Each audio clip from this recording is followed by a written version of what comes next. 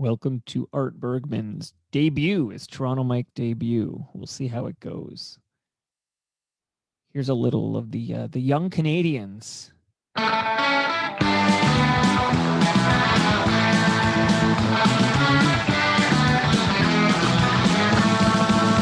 go to fucking Hawaii, get drunk in the sun. I wanna lay on a Waikiki, get a tan on my butt. Running from the rain, thousands on the run. Making like the rich, heading for the fun. Let's go to fucking Tahiti, lounge on the beach. Those native girls are such a treat, swinging through the native beat. Running from the rain, thousands on the run. Making like the rich, heading for the fun. 2 a.m. economy in 747, jet to the roof. Worked all summer, save my money so I can be the one.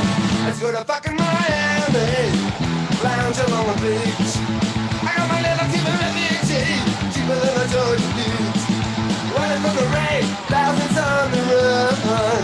Making like the rich, heading for the fun. Let's go to fucking Las Vegas, throw a wad in the sun.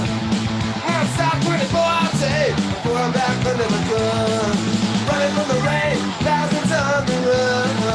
Making like the rich, heading for the fun. 2 a.m. economy air, 747, jet to the roof. Worked all summer, save my money so I can be one. Let's go to fucking Hawaii. Let's go to fucking Hawaii. Running from the rain, thousands on the road. Making like the rich, heading for the fun.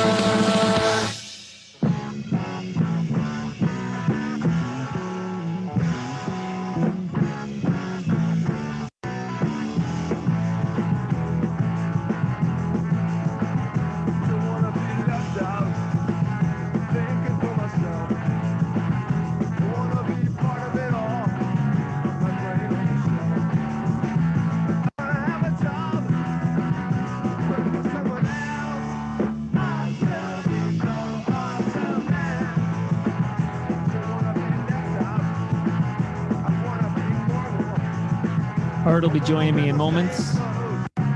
Art Bergman. 2 minutes. 2 seconds.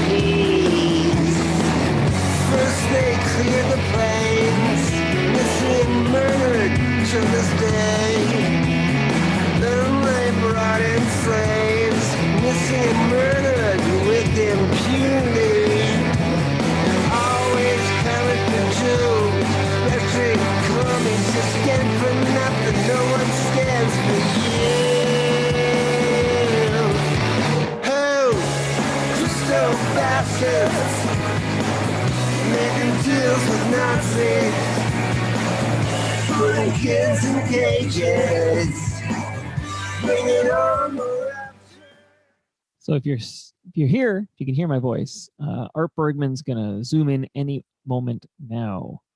I'm just waiting for the bell. He's expected at 3 p.m. Eastern. And looking forward to this. Art Bergmann, Canadian punk pioneer. Who knows what'll happen here?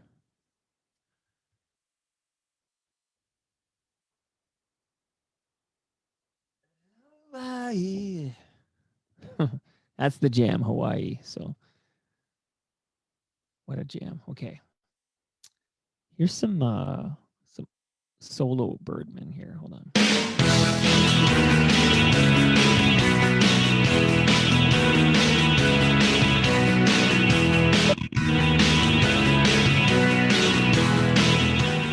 Art has arrived, so let's do this thing.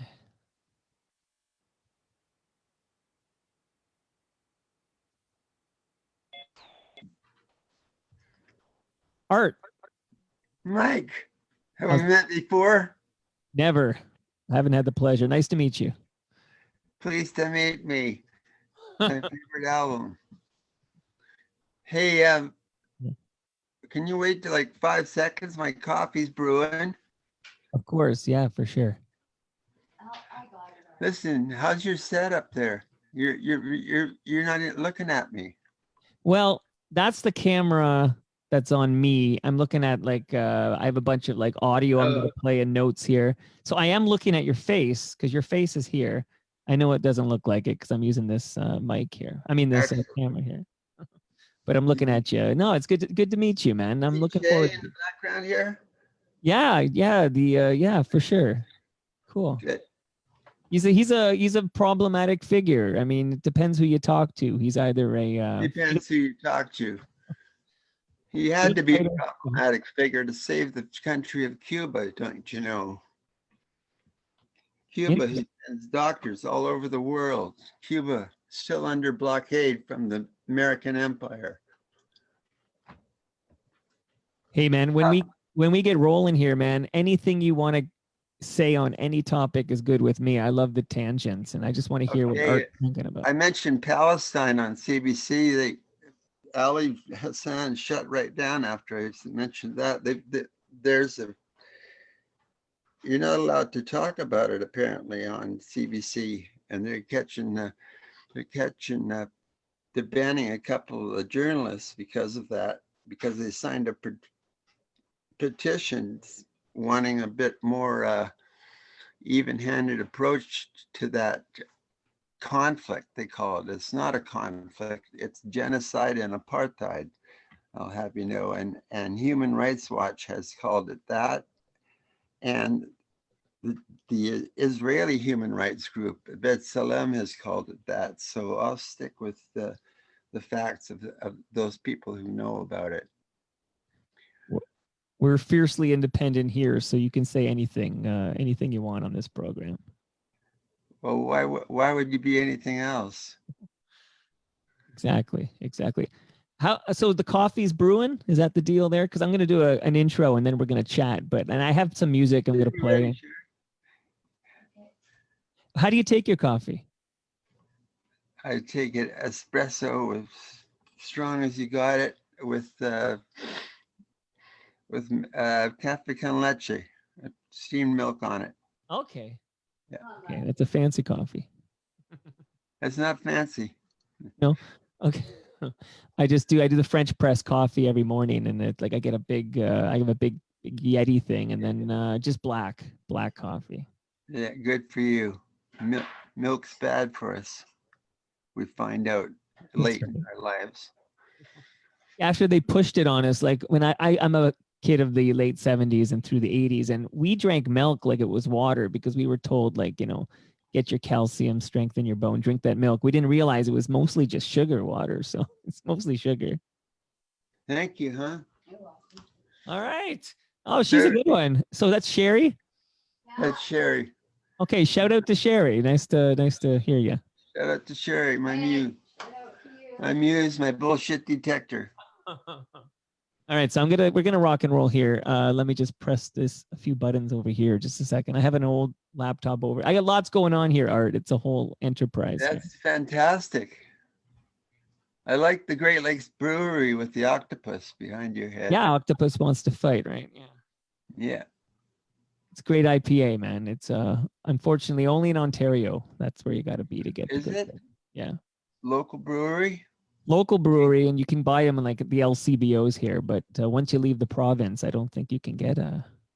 They might have a bit of Great Lakes and Halifax, but that's about it outside of Ontario. All right.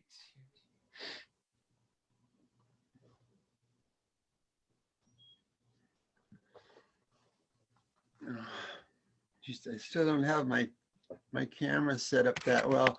I'm really proud of my Antifa shirt they sent me. Hey. Antifa International. Cool. I write commercials for them. Oh, cool. All right, I'm gonna do an intro. So, Art, I'm gonna do a like an intro, and then we're gonna get into it. Is that cool? You mean we're not? Well, I mean, I'm. It's all the good parts already. You'll have to You're an repeat all the editor? good stuff. I don't edit either, man. This is like live to tape, so just know me. Excellent. I this is how I roll. It's all, even the music. I got some music, some Young Canadians, and some of your stuff, your solo stuff, and your new stuff, and I'm just gonna play it for you. You're gonna hear it over the Zoom here, and then I'm gonna bring it down, and we're gonna chat about this stuff. So, here we go, buddy. Okay.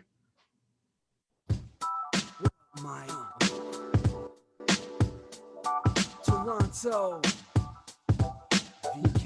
Who's that playing? Oh, that's Ill Vibe. Ill Vibe's a local rapper producer. He made this theme song for the Toronto Mike podcast about 9 years ago.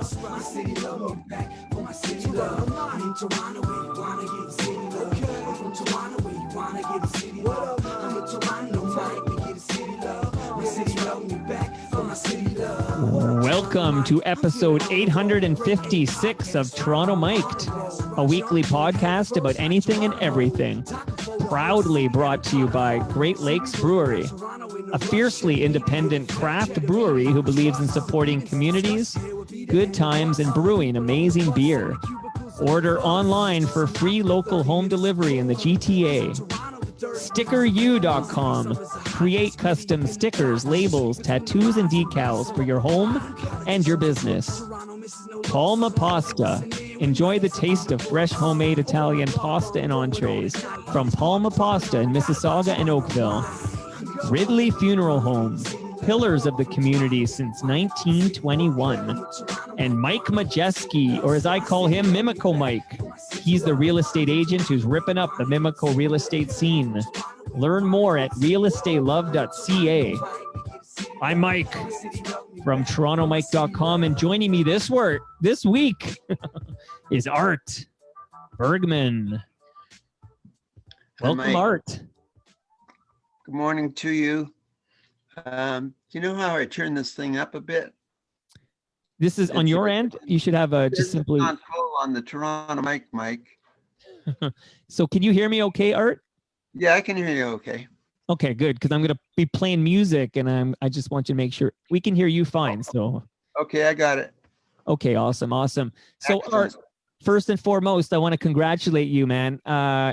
You've been inducted into the Order of Canada, and I think that's really cool. But I want to know, what do you think of that? Like, do you think you should be inducted in there? Do you deserve it? What do you think of being inducted into the Order of Canada?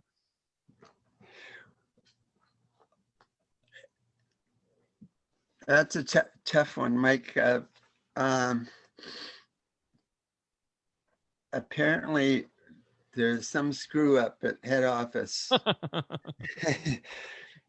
because to be,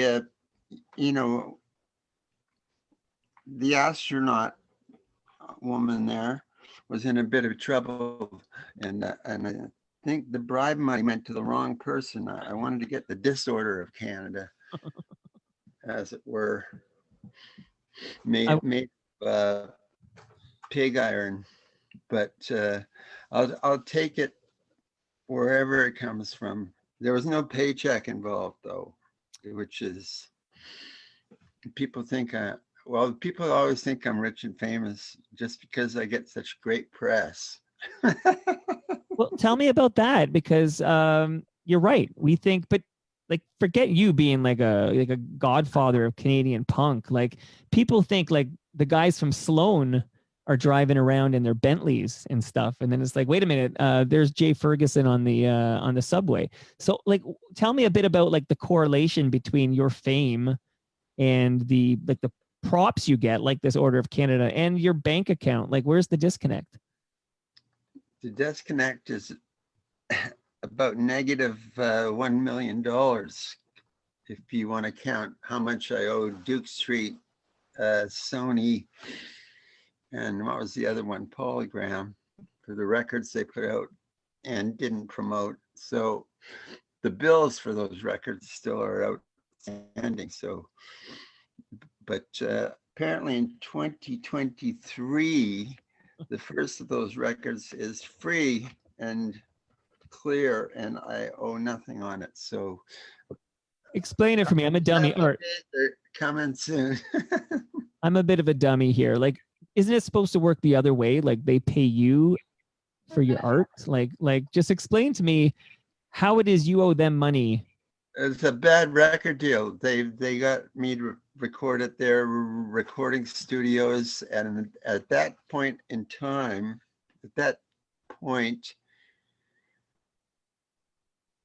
record studios were charging $2,000 or $200 an hour at least, and the costs went up exponentially day by day by day by day. We try to make them as quickly as possible, but still you end up with $120,000 bill at the end of it, and that's got to be paid off before you make a cent. It sounds like bullshit to me.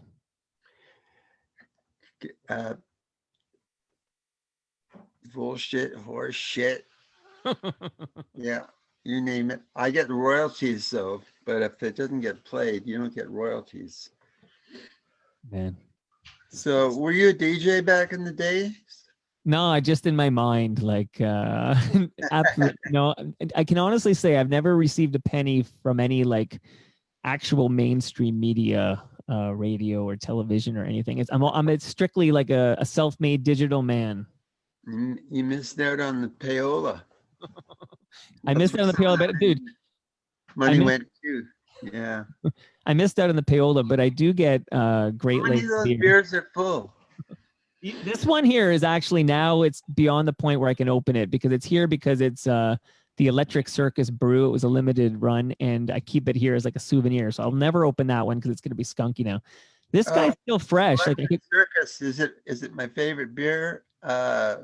India. Yeah, IPA. Yeah, IPA. Love it.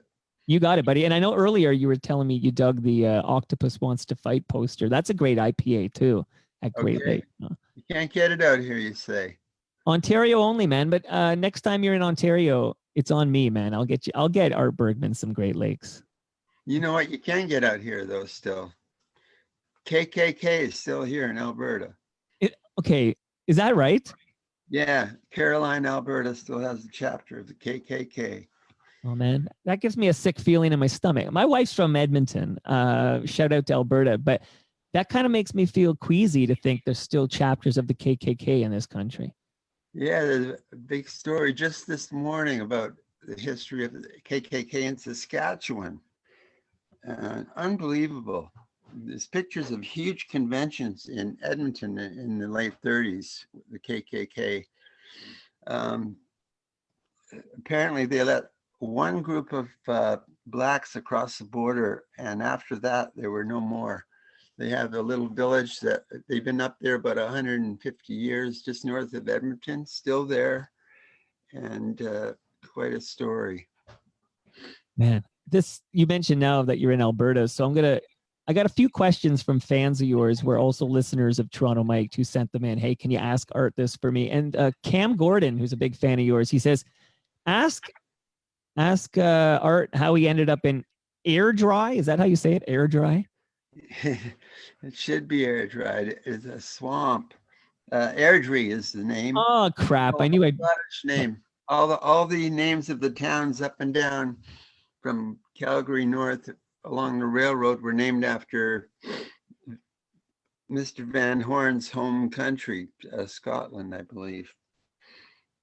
Airdrie was one of them, but I ended up there because of my wife and I moved out there to watch our granddaughter grow up. Sherry's daughter had moved out here and had a child here, and now she's second year university and pretty proud of that. But now we're too broke to move anywhere else. Prices have gone through the roof. Yeah. I'd love to go home to BC. I feel like we should put together some kind of a benefit concert for you, and free art from Airdrie. Well, I just did a benefit to put this record out, so I don't know how many benefits my helpers can stand. Well, let's find out. Let's find out. So, okay, so Airdrie, like, what's the nearest major like city or town that we'd know in Alberta? Like, whereabouts is Airdrie? Yeah, we're just 25 clicks north of Calgary. Oh yeah. Straight north. We're almost conjoined now with the suburbs growing on farmland, straight up and down the freeway. So we're conjoined at the, I would say, around the shoulder bone with Calgary. Cool. I've heard of Calgary. Okay, I'm going to read. Airdrie is famous for its not one but two Mormon churches. You know, the ones with the big steeples. They have two of those suckers here. Wow. Cool. And from Ali Hassan, who's a comedian who used to race up and down this highway from Edmonton to Calgary, tells me that Airdrie is famous for being a swinging city. Woo. So that threw me for a loop, because all these religio fascists out here swinging, I don't know how that works. Maybe a bigger collection plates. I don't know. Well, the more religious you are, the more likely you are to be a connoisseur of pornography, like a consumer of pornography. This is like a correlation that they've uncovered. Hey, is there a study on that? Or Yeah, I'm pretty sure. I think Pornhub or something revealed like where the most traffic is coming from. That's right. Pornhub revealed all these preachers and leaders and reverends that were right into it. So it makes sense. Hey, I'm going to quote you. Recently you did it. I think it was Post Media, but it might have been the Globe. So you'll tell me, I guess. But I'm going to read a quote from you, and then I'm going to ask you about a part of this. Okay. So this is recently something you said. You wrote, "I reflect on missing my bus in Regina on a tour and having to hitchhike Winnipeg and seeing Lowest of the Low pass me going the other way and not stopping," he says with a laugh. "I don't know the ins and outs of it. Am I a sellout? I didn't receive any money for it, so I guess I'm not a sellout, but I haven't got a grasp on it yet." So I'm not going to ask you about the whole money part. We already talked about that. And anytime you want to interject with that kind of anecdote, let me know. But I'm curious about the Lowest of the Low part. So is that a true story? Like Lowest of the Low? They tell me it's true, a true story. And why they didn't stop and say at least hello and give me a lift back to town so I could stay overnight and catch the next bus the next morning. I've feverishly thought I could hitchhike in the middle of the night from Regina to Winnipeg, and there was no such luck in that department. Because I know Ron Hawkins pretty well at this point. In fact, yeah, he would have put me up. This is before I knew him, so. Because you're his kind of guy. Like, I just think you guys would be kindred spirits. We are. Good. We are kindred spirits, and he's got me in a couple of his songs, and I'm always writing of the lowest of the low. So, every single episode of this podcast you're on right now closes with a song by Lowest of the Low. Oh, which one? Rosie and Gray from Shakespeare My Butt. What's the title? It's called Rosie and Gray. You'll hear it because it'll be through the Zoom. You'll hear it at the end of the show. My memory shot and shredded by social media. Yeah, when you hear it, you'll know it. It's got that long ramp, so I can talk up to it, and then every episode closes. So, what do you think musically? What do you think of Lowest of the Low? What do I think of which? Lowest of the Low, musically. I love the Lowest of the Low. I just love the lowest of the low. Greatest title in one of the greatest titles of a band known to man, and um, Ron's a poet. What do you want, right? No, well said, man. I couldn't agree more. That's for sure here. The a listener who goes by the name 5151 Photography says, this is going to be great. Saw art fall all over. No, I saw art fall over at Lee's Palace back in 1988 with a fellow Music World employee, but that's another story. And he destroyed.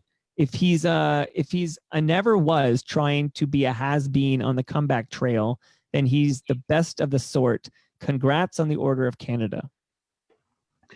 Now, in those days, in '88, and I remember playing Lee's Palace, and I don't know where the falling over came in, but I'm naturally clumsy, so I hope I took someone down with me. I'm sure I made it part of the act, and I'll leave it at that. So we're going to talk about the new album because we're going to play some stuff from the new album. It sounds great. I listened to it. I hope we help you move some units, as they say, so you can pay off some of that debt.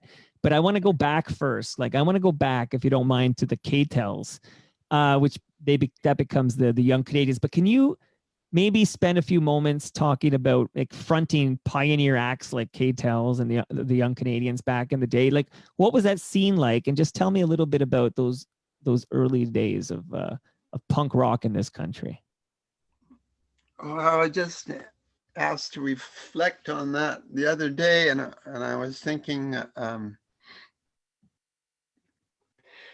punk rock wasn't uniform. Punk rock was all the rejects of society found a home, and they each had a different uniform. We had queers and trans and lesbians and everybody in the new pronoun bill was there from the very beginning, and it was the only place you could find a home at and feel welcome at and make your own music at. Every band that came out of the Vancouver scene was different. And it had not regressed to the jeans and leather jacket phase yet, although there were the odd ones out, I guess, like DOA and the Mac jackets. But everybody was completely different, and everybody was into each other, and everybody went to see each other play, and it was a unique moment in time, and I'll never forget it.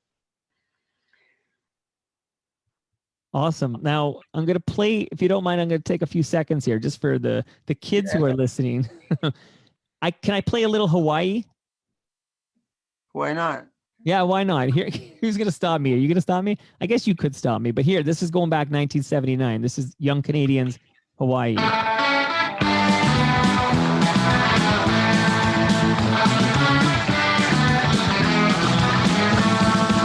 Let's go to fucking Hawaii, get drunk in the sun. I wanna lay on a Waikiki, get a tan on my butt. Running through the rain, thousands on the run. Making like the rich, heading for the fun. Let's go to fucking Tahiti, lounge on the beach. Those native girls are such a treat, strange with the native beat. Running from the rain, thousands on the run. Making like the rich, heading for the fun. 2 a.m. economy in 747, jump to the roof, worked all summer, save my money so I can be one. Let's go to fucking Miami, lounge along the beach. Love it, buddy. Hey, only another minute to go. All right, you want it back? I'll go back. Here we go. Making like the rich, heading for the fun. Let's go to fucking Las Vegas, throw a water in the sun. I'm stop 24 all day before I'm back under the gun. Running from the rain, thousands on the run. Making like the rich, heading for the fun. 2 a.m. economy air, 747, good. Jam to the roof. Worked all summer. Saved my money so I be one. Let's go to fucking Hawaii. Let's go to fucking Hawaii. Running from the rain, thousands on the road. Making like the rich, heading for the fun. Woo! Thank you. It's the first time I've heard it without edits. Fucking Hawaii. So, like, when you hear that now, I'm just curious. Here we are in 2021. When you hear that now, what do you think? What does Art think of that jam? It's a great little pop tune. Pop tunes. It's a great little pop tune about evil tourist business, eating up Hawaiians' land. Anyway, it's a great song. It's a great song. I must mention that the idea for that song came from a gentleman in Vancouver named Ross Carpenter. He was in a band called Active Dog. And in a blackout, I saw his lyrics on a page in his house, and I wrote the song the next day, and I didn't realize it for a couple of years till he pointed it out to me, and I thereafter had to add his name. But without his inspiration, I would never have written that song. It's quite amazing what you can do in a blackout. Yeah, like, so tell us who do we hear on that song? So that's the like who's playing with the Young Canadians at that point? Young Canadians, the late lamented James Bescott on the bass and vocals, and the incredible drummer Barry Taylor on the drums. And that's sort of like, I don't even know how you define a hit in like no radio will play Hawaii, right? Like where does is there, like, did Vancouver radio play like a censored version of that song? University station played it. CITR maybe played it, and maybe the SFU station, the co-op radio perhaps. But no, they wouldn't touch it. Would a station like, I'm thinking of CFNY in Toronto, would they play it? I don't know if they did or not. If they did, they bleeped it. Yeah, for sure. Right. On that album, so that's the debut EP that's got Hawaii on it. Like, you have a song called No Escape, and there's a line on there. I mean, you wrote it, you know, but it's this town's frustrations are scrawled all over these walls. It's a new minority, and how does it feel to be so small? I'm just curious, like, that seems like a reference to the fact that Vancouver has, I don't know, disdain for the punk scene that you're a big part of at this point.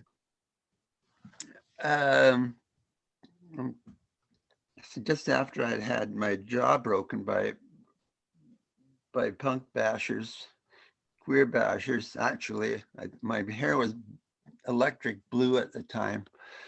And walking through the West End late at night, we were attacked, me and Buck Cherry from the Modernettes, and I took a tire iron to the jaw. So that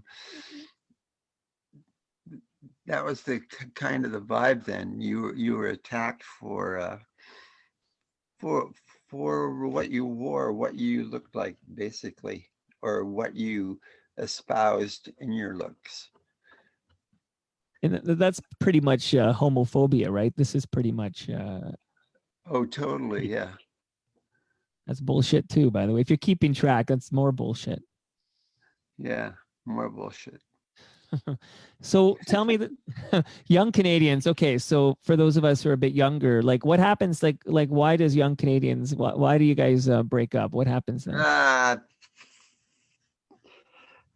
Broke up because I don't know. I didn't get along that great with the other guys. So they were out of this world musicians, and I kicked myself since the day I made that foolish move, because we could have made some more awesome music. We got to make 3 records in 2 years, but God, they were so good. And you decide you're going solo. Well, no, first I joined the worst supergroup in the world, Los Radicos Populares, and then moved from there to another band, Poisoned. And then Sam Feldman said, why don't you just call yourself by your own name? Since at that time, the name we used was Poisoned, and there was this awful glam band from LA called Poison, and we wanted nothing to do with their directs. So we just used my name from that point on. I believe it was mid 80s. I was gonna say, because obviously there would be great confusion when people listen to you and then they said, "Oh, that might be Bret Michaels there from Poison." That we don't want any confusion here. God, to be able to rip that guy's hair out. So there's not even as a guilty pleasure. Like you won't even hear like Every Rose and say like, "Oh, that's some fun, corny pop." Like you have no appreciation for that genre. You know what? My wife Sherry now was a writer at the time at a small rag in Vancouver, and she got talked into going out to his hotel room, and he played that song for her with an acoustic guitar, and she died of embarrassment. Well, that's because she's used to your vibe. I think that Bret Michaels doing that acoustic would be the polar opposite, maybe. This is a little before. She just thought all musicians were dummies at the time, until she lucked into meeting me. Okay, but here, straight up, does it piss you off that this Bret Michaels made so many millions of dollars of that schlock, and you're in debt by $1 million? Like, doesn't that piss you off? No, because what I wanted to, well, I thought I would make $1 zillion and pulled together a little cell of people with a Che sort of attitude and start a revolutionary movement. So that was my whole shtick. I didn't give a shit about the glamour or the millions, but I needed the millions for the weaponry Right. involved.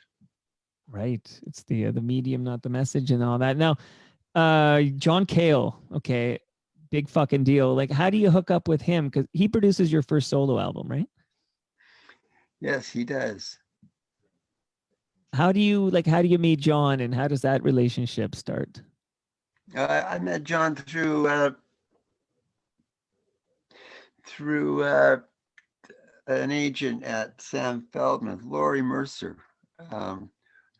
who had a contact with him, but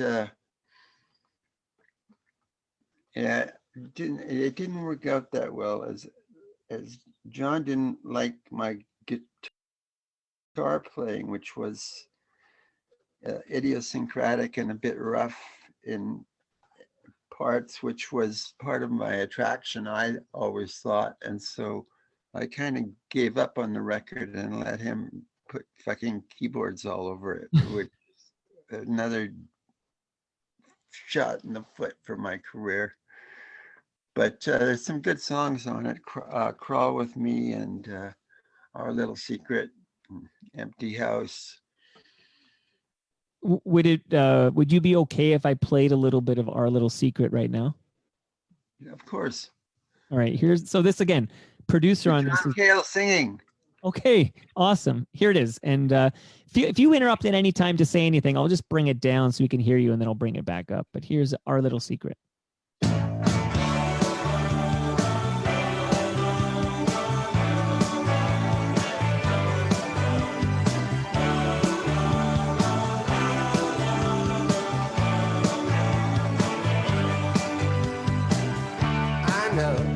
She wants, but she don't get it from me.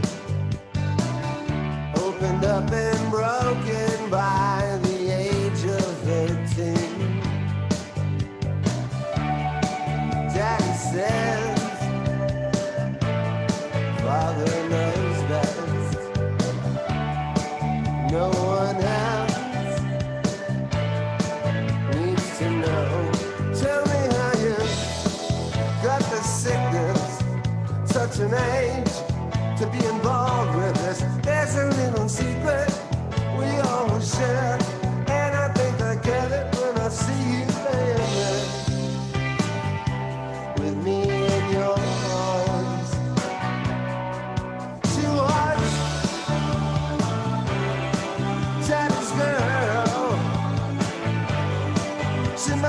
been daddy's girl.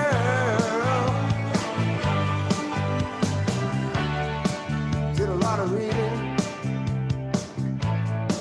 but talked too little. Nietzsche's art was All right, I'm curious when you're listening to this jam now. I don't know how long it's been for you, but what do you think of this now in 2021? Wow, I haven't heard this in so long, and it sounds pretty good. He's really got the Lou Reed effect on there. It sounds pretty good. Not effect, but that's who was my Bible at the time for that song. That kind of approach to kind of speak singing it. But that song was written in 82, 83, and you know, in my mid-20s, I guess. And after that, it's unbelievable the amount of women that came up to me and told me about how they had been abused and how many more had been abused and how it seems to never end. And it blows me away to this day, like that no one had written something like this before. And then what is almost as crazy as you getting inducted into the Order of Canada, I'd say, is that you were not this. So this is 1989. We're in with "Crawl with Me," that was produced by John Cale, and that song we just heard is on that album, "Our Little Secret." And you get a Juno nom for Most Promising Male Vocalist in 1989.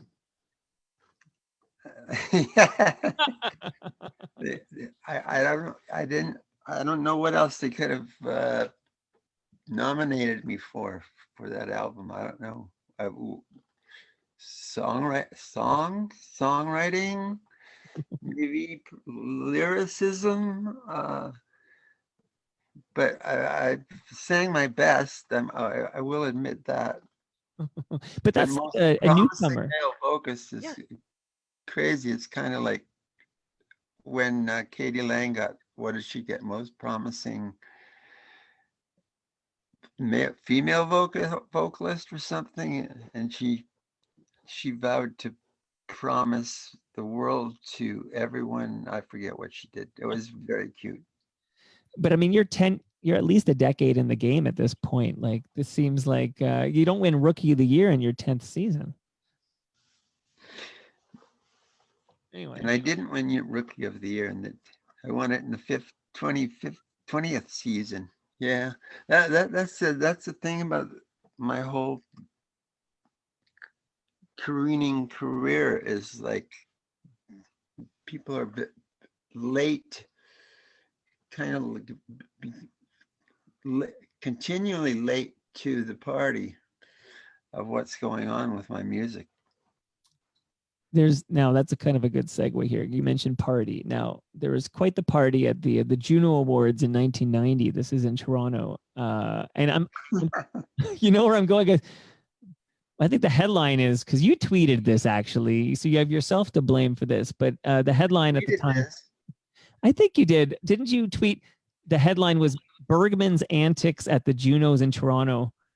Like, what went down there? Like, something about you caused some kind of a stir. Like, is there a story here? 1990.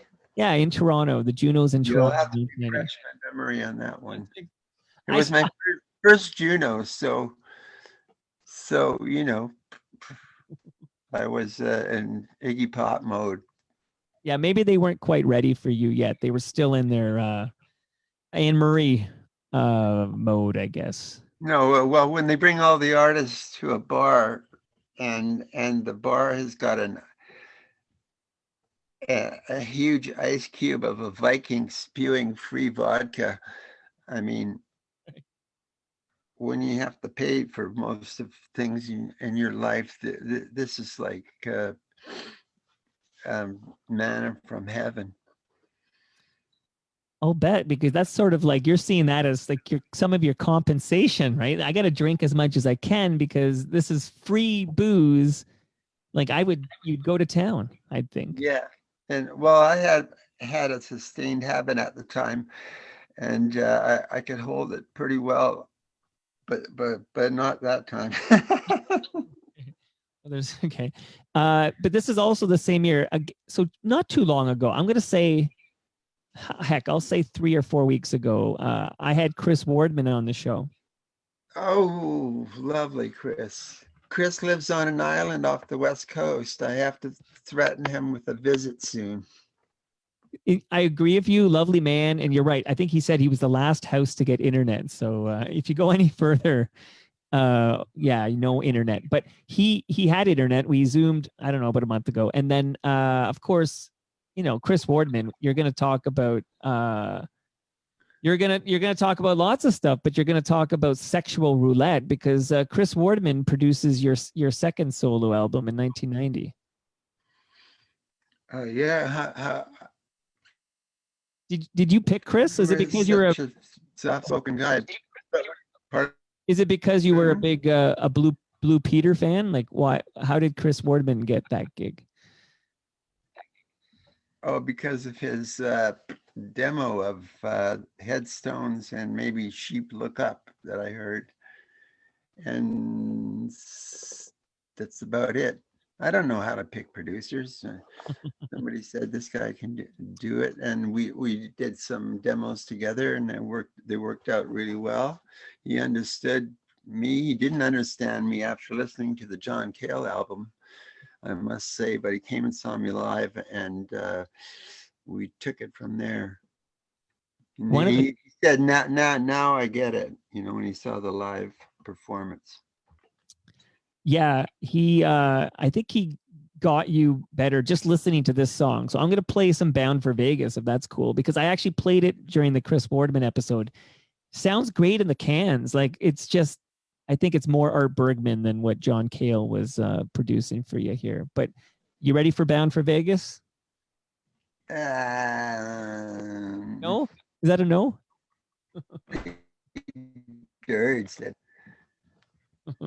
All right, let's get a little taste of this here. Okay, play Vegas.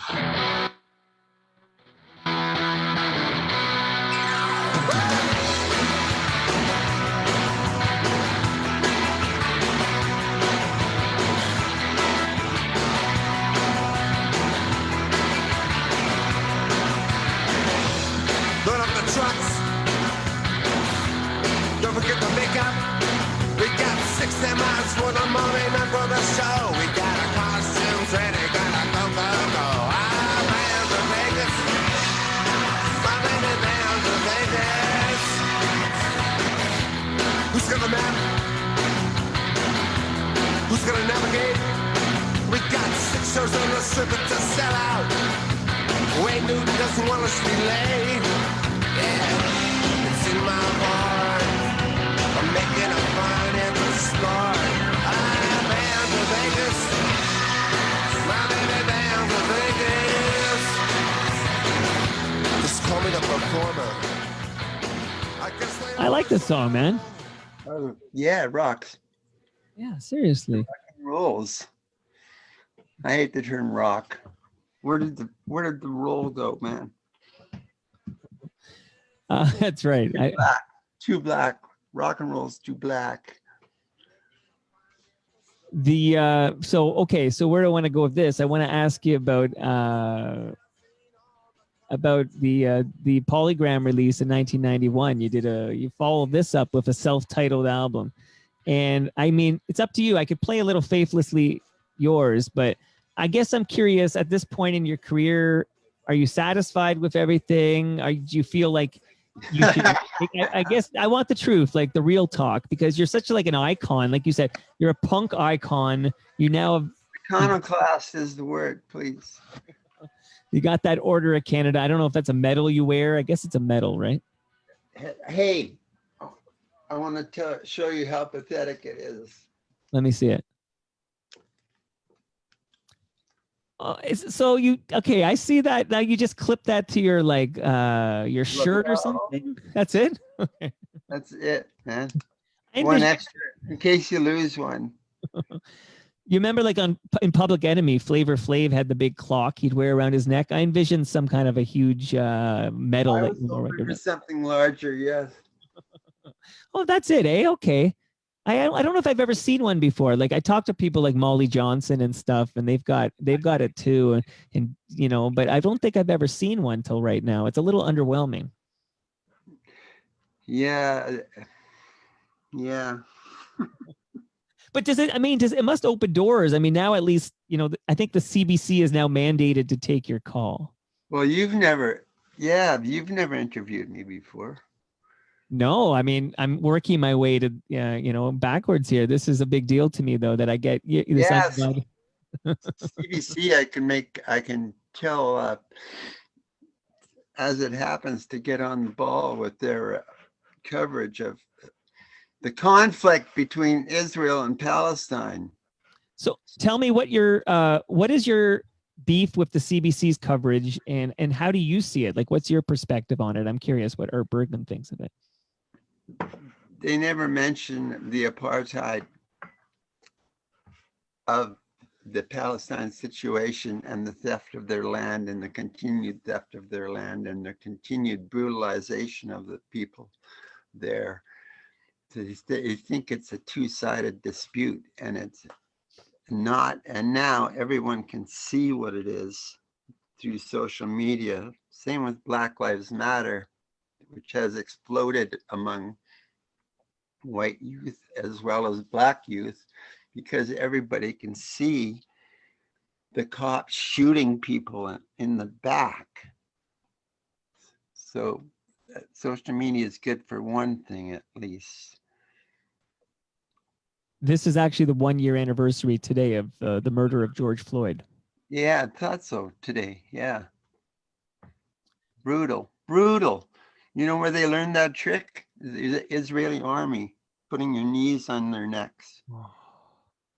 So back to this. So you don't think it should be referred to as a conflict? You feel that makes it seem too like two-sided, if you will, to Yeah, both sides, don't you know?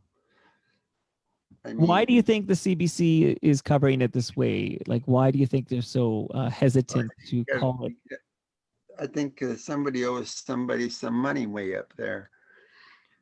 Justin never says shit about it. Christopher Freeland never says shit about it.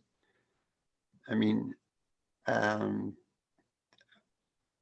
think Justin's father would have said something about it. I mean, he stood up to Nixon when it came to Cuba.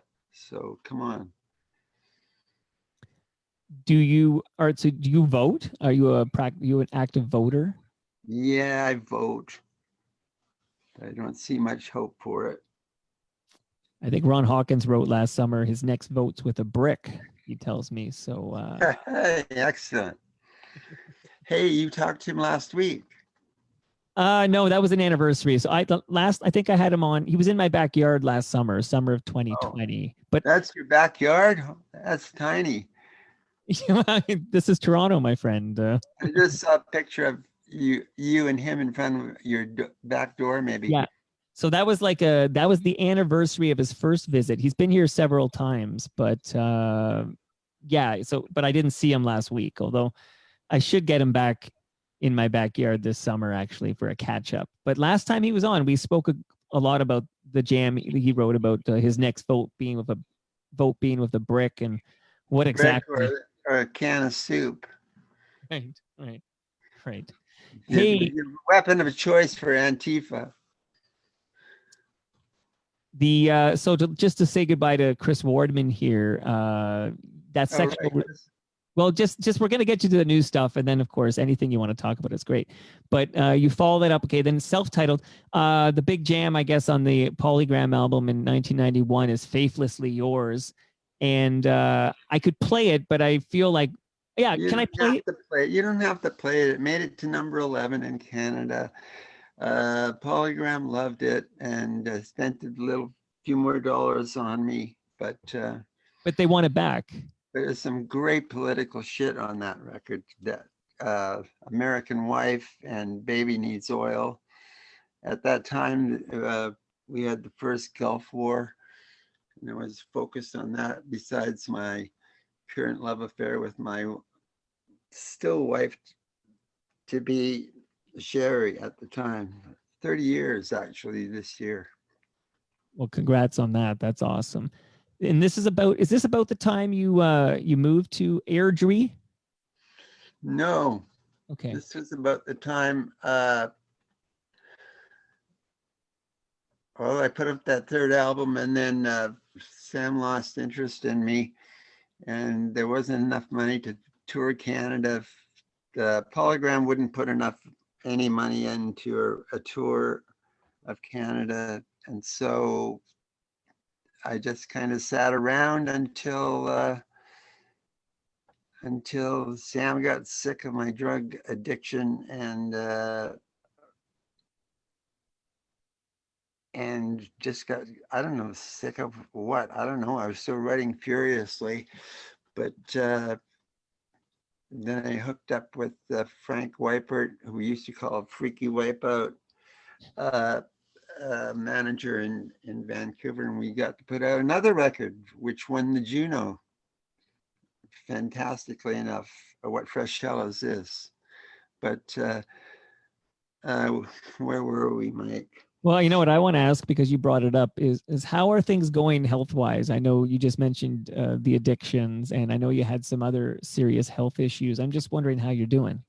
Oh, that's boring. Well, your fans are interested because obviously it's personal. Well, I can't walk too good, so there's not going to be much of a rock and roll show if I get to play a game. But maybe some fancy trapeze or wheelchair type contraption might be nice. Maybe like Dr.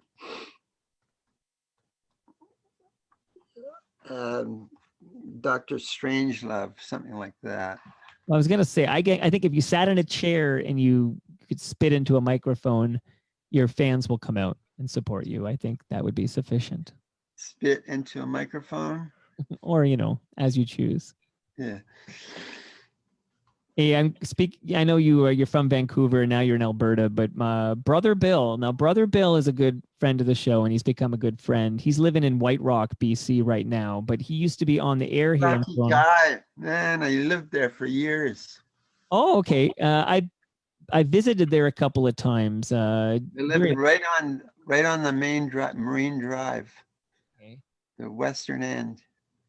And how far is that from the big White Rock that my kids? About a quarter mile. Okay. Yeah, beautiful there. But he when he heard you were coming on, he's very excited. He's a big fan of yours, and he said to ask you this: did he really try and sell his manager Frank's record collection? Who's spreading that rumor? This is Brother Bill. Shout out to Brother Bill. His question. He must have heard it. He's in the radio business, so maybe he heard a rumor. But this is your opportunity to set the record straight. Well, people in Frank's office weren't getting paid very much, so records would go missing here and there that he was particularly fond of. So I won't comment other than that. Except I used to be a junkie thief, but I'm not anymore. But I didn't steal them all. The person who did steal them is mentally ill right now, so I don't want to throw any more dirt her way. Right. Okay, so Brother Bill, there you go. That's what you're gonna get from Art here. Cam says to you, Art, you've been compared to the Replacements. You sort of wrote songs about the Replacements, namely Message to Paul. Did you ever meet those guys or spend any time with Paul Westerberg? I met them. My first record had just come out, and I had it on cassette, and I was gonna go to the show at the Commodore with the Replacements and give it to Paul afterwards, and the guy was so spaced, man. They had just done across Canada and lit campfires in the back of their Winnebago. So, they were ripped, gone out of it. You couldn't even say hello to them. They were like, what? Who are you? And somebody said, oh, John Cale produced it. And so he took it from me. But that was our only connection, except I believe some fans in Winnipeg that said that Paul knew all about me and he was my biggest fan. And of course they were lying through their teeth. So right. that's when I wrote Message from Paul. There you And go. I Message. made it, kind of religious, St. Paul and all that. Okay. Now I'm ready to talk about late stage empire dementia, but I have to ask a question I ask many people of your prominence and fame when they come on the program, especially if they were actually alive and active in the mid 80s. And my question to you is this, Art. Were you invited to participate in the Tears Are Not Enough recording? No, when was that? 1985, I believe. 85, the famine in Ethiopia. Right. This was like America did We Are the World, and then yeah. Tears right. and what a wretchedly bad song. Oh my God. Don't they know? No, you're Don't thinking of, who are the they? Don't I they know? think I think you're thinking of Do They Know It's Christmas? Do Which they know? is that's the Bob Geldof one that they did in the UK, but this is the one that Yeah. this one, The Right. Tears Are Not Enough, is a little different. It's not a terrible tune. It's better than Poison. Yeah. But there's no art on it there. There's No. yeah. I like Brian's political stuff better. Yeah, he helped write it, and his Jim Valance. Into the That's fire, man, into the fire. That was Brian Adams waxing political. He only sold less than 2 million. That's a failure on, in Bruce Allen world. So he had to go back to his Drek. So Bruce Allen, I think he might be the guy who was like making the calls to get people to record this charity single. Jim Valance wrote the song, and then Brian Adams comes in, because it's all like it all comes out of Vancouver. I noticed this the brains of this operation. And so you didn't get Bruce Allen didn't call you up and be like, Art, we need you in Toronto. We're going to record this charity single. Nobody gave you that phone call. 85, I was pretty well persona non grata anyway. I was just nobody on a trip to nowhere. Well, no one wants to go there. Yeah, I do. Well, what's it like there? One day I might get there. Like there, nowhere, free. It's free there. Free. Free. All right, new album, Late Stage Empire Dementia. Like, you can pick this up today. I've been listening to it.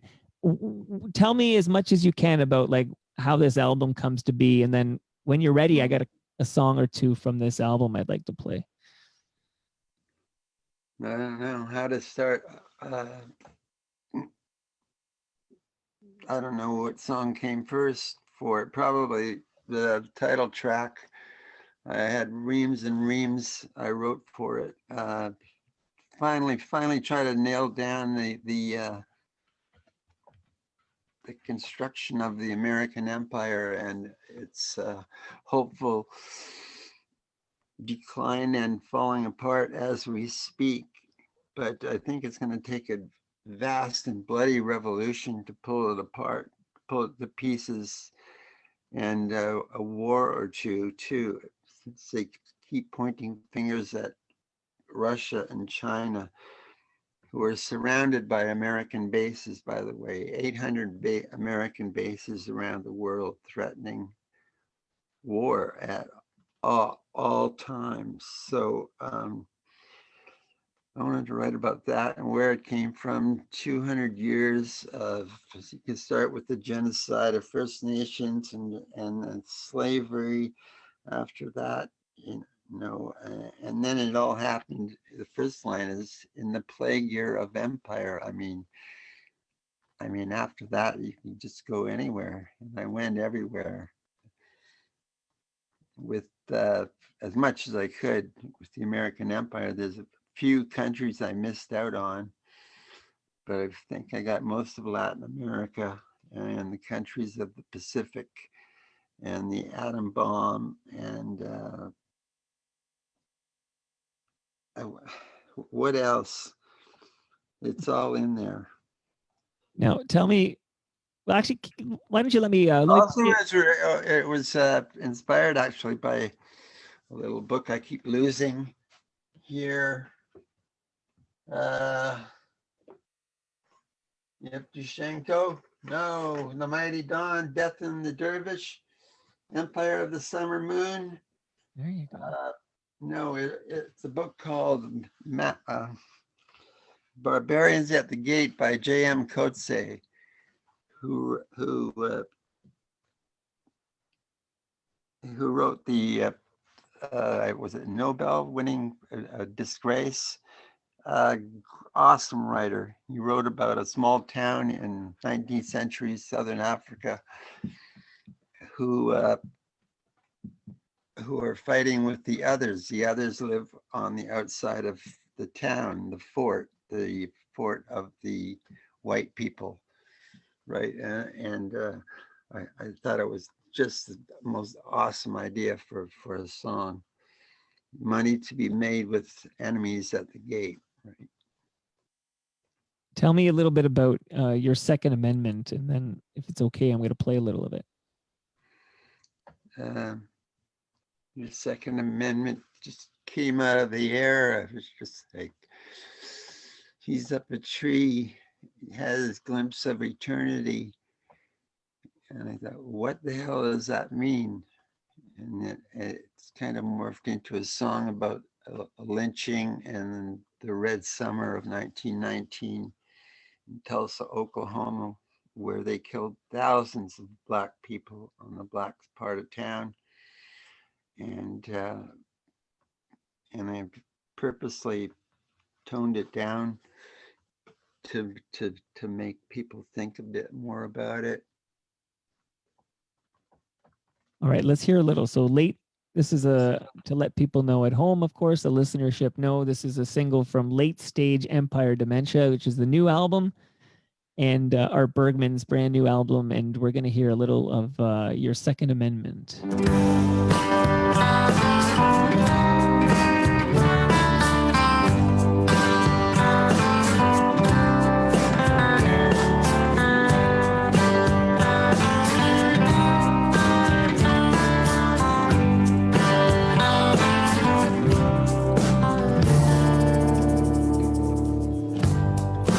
I don't know why you hang around me. He's up a tree, had his glimpse of eternity. I don't know why we ride this train. Just slide sideways, sign said straight ahead. Is there something we lost by living so fast? Just makes the rain fall harder than the last kiss goodbye. Who's the woman doing backup with you? Her name's Catherine Stanton, and Russell Broom brought her in and said she's just amazing. She will fit your voice like a glove. And so there she is, Great. singing on 4 songs, actually. Yeah, that guy is bang on, man. She sounds great with your voice. And your voice, by the way, I love the timbre of or timbre. I don't know how you say that word, but I like how it sounds, buddy. I think you sound great. Thank you. Yeah. Just so easy to work with Russell in the studio. He so fast, you know. I sing the way I sing, the way I want to sing a song, and he's got no arguments for me. I want to talk about one more song before I set you free here. You gave me an hour of your life, and I appreciate it. You have a friend in Toronto if you need a friend in Toronto. 10 minutes. Well, we could do another hour if you want. I just listen to your takes on all these world events, etc. But MC5. Detroit Legends, man. How did you hook up with Wayne Kramer? Another happy accident. Man, I love those. Porterhouse Records, a small label out of California, was going to put out this record, but he wanted to put out all my old shit first, and I just refused, and we had a huge argument about it.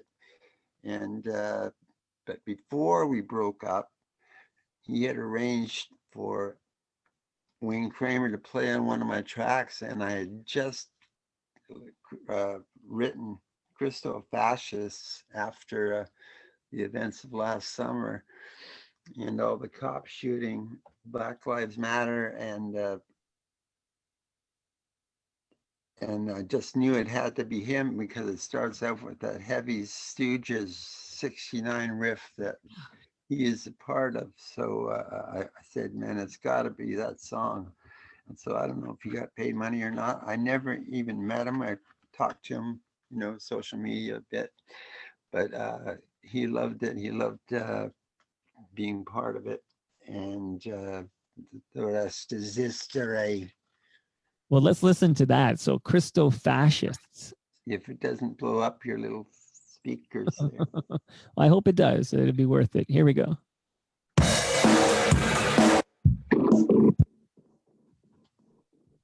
It is blowing mine up.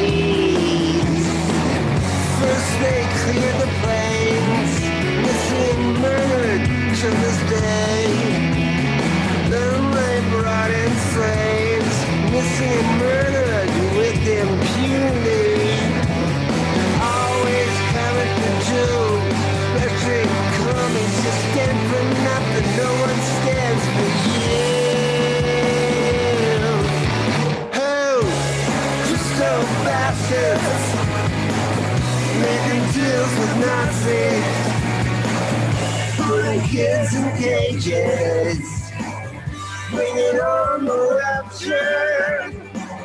Love's parody thoughts now.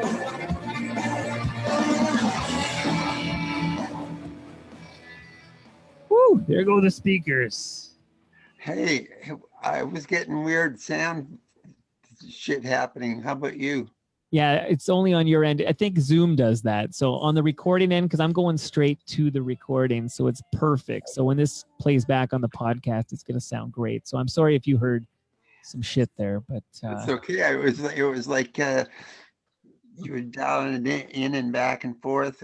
Yeah, that's the Zoom interface. It doesn't like the music I play all the time. But well, hey, so Art, okay, the world's on fire. We've talked about a few things, but the world's on fire. We're coming off 4 years of Donald Trump as president, and I'm thinking that, hey, this is fertile ground for protest music and a punk renaissance or resurgence. From where you sit there in Alberta, is it happening? And I'm just not picking it up, or is it somehow? Where is it? Is what happening? I would expect this would be an opportune time for like the protest music and the punk renaissance with all this. Well, the protest music is out there. It's probably a lot harder core than my little pop songs there. It's mine are all melodic. I don't know who likes the screaming shit or the less screamy shit. So, I'm just doing my bit, which is hook-laden pop songs, which you can listen to a few times without losing your shit. But where is it? It's in the kids. Extinction Rebellion, Black Lives Matter. all over the place. The kids know what's happening. Jay Kenny out here calls it, we've got to get rid of the collectivism that millennials have been taught out here. That he actually said that. And so we've got to get rid of these conservatives who are bagmen for the rich corporate bastards that run this show. And after that, we can build a new society of collectivism. That means, for you who don't know what it means working together. Promise me something before we say goodbye here. Promise me you'll keep doing your bit. I promise. I promise. My promises aren't worth shit. To quote an old Jefferson Airplane song, doesn't mean shit to a tree. All right, No, thanks so much I for this, promise, man. Yeah. I promise to do my bit as long as I can. Well, that's all I can ask, right? Yeah, keep doing your bit as long as you can, buddy. And thanks for this. If you ever want to talk again, you know how to reach me, man. I'd pick up the Zoom call with Art any day, man. This was great fun. Okay, yeah. Well, let's see. What else could I possibly catch your attention with by doing that you would have me on again? Well, to shoot the shit, man. We can talk about whatever. I'm just Okay. looking for a good convo. Okay. How many times has Ron been on? Probably 5 or 6 times at this point. Really? Yeah, you got some catching up Okay. to do. Book me in for the end of summer. All right. We'll see Awesome, what man. this record does. And that brings us to the end of our 856th show. I told you, Art, I'd be playing some lowest of the low at the end. It's right. It's coming up right here. Excellent. You can follow me on Twitter. I'm at Toronto Mike. Art is at Art Bergman, right? With 2 N's at the end of that, of course. Art Bergman. Yes. Our friends at Great Lakes Brewery are at Great Lakes Beer. Palma Pasta, they're at Palma Pasta. Tell these mothers to send me some IPA. Hey, I'm gonna get you some next time you make it your way to Ontario for sure. But let me talk to them about. Hopefully by fall, hey. I would love it, man. Sticker U is at Sticker U. Ridley Funeral Home, they're at Ridley FH. And Mimico Mike, he's not on Twitter. He's on Instagram. He's at Majeski Group Homes. See you all next week.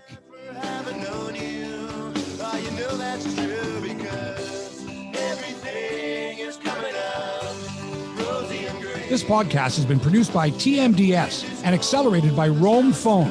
Roam Phone brings you the most reliable virtual phone service to run your business and protect your home number from unwanted calls. Visit roamphone.ca to get started. I told you it was live to tape, so we're all done. That was fantastic, man. Except for my Antifa ad. Well, I recorded the video, so Okay. we're still rolling on the video. All right. Love it, man. Honestly, thanks Sherry for helping you with the Zoom there and all that. But I had a great chat with you, and I really enjoy it, man. I'm glad you gave me all that time. Me too. You're a good one. All right, peace and love to you. I'll tweet the link at you because I'm going to put it up right now. It'll be up in like 10 minutes, but I'll tweet the link at you in 10 minutes. Great. Thank you. Peace and love, Art Bergman. Look at me. Look at me.